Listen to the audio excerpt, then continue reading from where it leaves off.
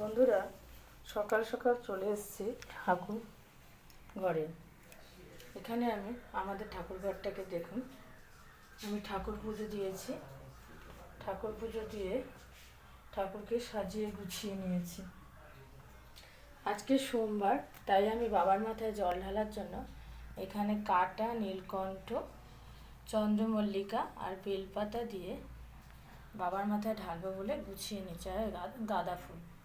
আর এখানে জলের মধ্যে দিয়ে নিচ্ছি আমি ঘি আর মধু আর গঙ্গার জল। বন্ধুরা, আমার মতন এরকম কে কে সোমবার দিনকে ঘি, মধু, গঙ্গার জল দিয়ে বাবার মাথায় জল ঢালেন এবং বেলপাতা, কাটা আর নীলকণ্ঠ?